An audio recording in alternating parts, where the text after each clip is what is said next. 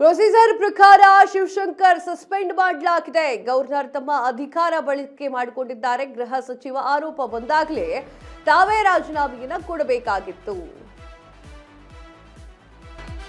Procedure ಪ್ರಕಾರ Shivashankar suspend ಮಾಡಲಾಗಿದೆ. Governor ತಮ್ಮ ಅಧಿಕಾರ ಬಳಕೆ ಮಾಡಿಕೊಂಡಿದ್ದಾರೆ. ಗೃಹ ಸಚಿವರ ಆರೋಪ ಬಂದಾಗ ತಾವೇ ರಾಜೀನಾಮೆ ಕೊಡಬೇಕಾಗಿತ್ತು. ಗವರ್ನರ್ ವಜಾ ಮಾಡುವವರೆಗೆ ಇದ್ದಿದ್ದು ಸರಿಯಲ್ಲ.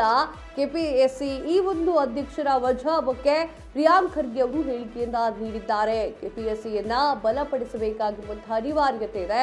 ಆಡಳಿತ ಪ್ರತಿಪಕ್ಷ ಎಲ್ಲರಿಗೂ ಕೂಡ ಬದಲಾವಣೆ ಬಯಸ್ತಾ ಇದ್ದಾರೆ.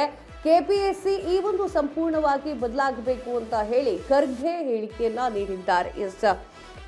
ವಿಚಾರ ಇಷ್ಟೇ, ಅವರಿಗೆ ಆರೋಪ ಬಂದಾಗಲೇ ಅವರು ರಾಜೀನಾಮೆಯನ್ನು ಕೊಡಬೇಕಾಗಿತ್ತು. ಗವರ್ನರ್ ವಜಾ ಮಾಡುವವರೆಗೂ ಕಾದಿದ್ದು ಸರಿಯಲ್ಲ ಅಂತ ಹೇಳಿ ಪ್ರಿಯಾಂಕ್ ಖರ್ಗೆ ಅವರು ಹೇಳಿಕೆಯನ್ನ ನೀಡಿದ್ರು. ಏನು ಹೇಳೋದು ಕೇಳಿಸ್ಕೊಂಬಂದು. ಈ ಸಂಸ್ಥೆಯನ್ನು ಬಲವರ್ಧನೆ ಕೂಡ ನಾವು ಮಾಡಬೇಕಾಗ್ತದೆ. ಜನರ ಹಿಂದೆ ಕೂಡ ನಾವು ಮಾತನಾಡಿದ್ದೀವಿ. ಯಾರೇ ಅಧಿಕಾರಿ ಇರ್ಬೋದು, ವ್ಯಕ್ತಿ ಮೇಲಿರ್ಬೋದು, ಸಂಸ್ಥೆ ಮೇಲಿರ್ಬೋದು, ಅನುಮಾನ ಬಂದಾಗ ಅವರು ಸ್ವಪ್ರೇರಣೆಯಿಂದ ರಾಜೀನಾಮೆ ಕೊಟ್ಟು ತನಿಖೆಗೆ ಅವಕಾಶ ಮಾಡಿಕೊಟ್ಟು ಅದರಲ್ಲಿ ಅವರು ದೋಷ ಮುಕ್ತ ಇದ್ದರೆ ಕಂಟಿನ್ಯೂ ಮಾಡ್ಬೋದು. ಆದರೆ ಇಲ್ಲಿ ಎಲ್ಲ ಮೆಂಬರ್ಸು ಕೂಡ ಇವರಿಗೆ ವಜಾ ಮಾಡಬೇಕು ಅಂತ ಹೇಳಿದಾಗ ಇವರು ಹಠ ಹಿಡಿದು ಇಲ್ಲ ನಾನೇ ಇರ್ತೀನಿ ಅಂತ ಹೇಳೋದು ಸರಿ ಇರಲಿಲ್ಲ.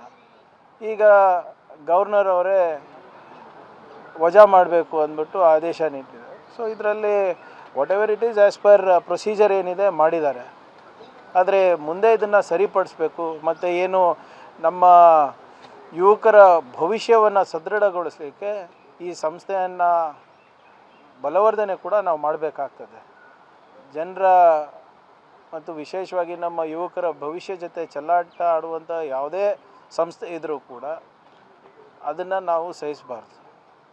ಯಾಕಂದರೆ ಭಾಳ ಕಷ್ಟಪಟ್ಟು ಇವತ್ತು ನಮ್ಮ ಯುವಕರು ಹುಬ್ಬಳ್ಳಿ, ಧಾರವಾಡ, ಬೆಂಗಳೂರು, ಡೆಲ್ಲಿ, ಹೈದರಾಬಾದು ಇಲ್ಲೆಲ್ಲ ಹೋಗಿ ಅವರು ಎಕ್ಸಾಮ್ ಪ್ರಿಪರೇಷನ್ ಮಾಡ್ತಾರೆ, ಹಣ ಖರ್ಚು ಮಾಡ್ತಾರೆ.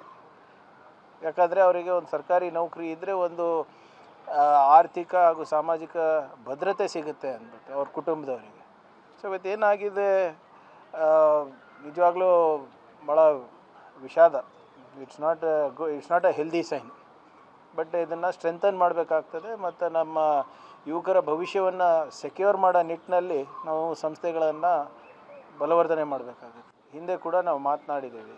ಯಾರೇ ಅಧಿಕಾರಿ ಇರ್ಬೋದು, ವ್ಯಕ್ತಿ ಮೇಲಿರ್ಬೋದು, ಸಂಸ್ಥೆ ಮೇಲಿರ್ಬೋದು, ಅನುಮಾನ ಬಂದಾಗ ಅವರು ಸಂಪೂರ್ಣ ನ್ಯೂಸ್, ಇದು ನೊಂದವರ ಧ್ವನಿ.